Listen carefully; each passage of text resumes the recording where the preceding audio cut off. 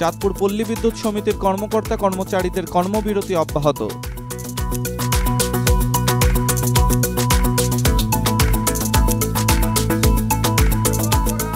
চাকরি স্থায়ীকরণ সহ কয়েক দফা দাবিতে কেন্দ্রীয় কর্মসূচির অংশ হিসেবে চাঁদপুর পল্লী বিদ্যুৎ সমিতি ১-এর কর্মকর্তা কর্মচারীরা অনির্দিষ্টকালের জন্য কর্মবিরতি শুরু করেছেন।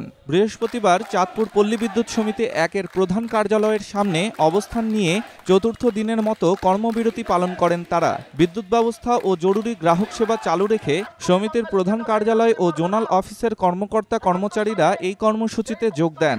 জানা গেছে, প্রধানমন্ত্রী ও বিদ্যুৎ বিভাগের নির্দেশনা অমান্য করে পল্লী বিদ্যুতায়ন বোর্ড কর্তৃক পল্লী বিদ্যুৎ সমিতিসমূহে শোষণ, নির্যাতন, নিপীড়ন অব্যাহত রাখা, গুণগত মানহীন মালামাল ক্রয় করে গ্রাহক ভোগান্তি বৃদ্ধি করার প্রতিবাদে এবং স্মার্ট ও টেকসই বাংলাদেশ বিনির্মাণে বিআরইবি, পিবিএস একীভূতকরণ সহ অভিন্ন চাকরিবিধি বাস্তবায়ন ও সকল চুক্তিভিত্তিক সহ অনিয়মিত কর্মচারীদের চাকরি নিয়মিতকরণের দাবিতে এই কর্মসূচি পালন করা হচ্ছে। পল্লী বিদ্যুৎ সমিতির সকল কর্মকর্তা কর্মচারীর ব্যানারে অনুষ্ঠিত প্রতিবাদ সভায় বক্তব্য রাখেন চাঁদপুর পল্লী বিদ্যুৎ সমিতি ১-এর AGM Mohammad Faruk Hossain, junior engineer Mohammad Kamrul Islam, line technician Mohammad Zahirul Islam ও Ferdous Ahmed, meter reader cum messenger Mohammad Saiful Islam ও ডাক্তার মোহাম্মদ জালাল আহমেদ, বিলিং সহকারী Sharmin Akter, data entry operator Mitu Akter প্রমুখ।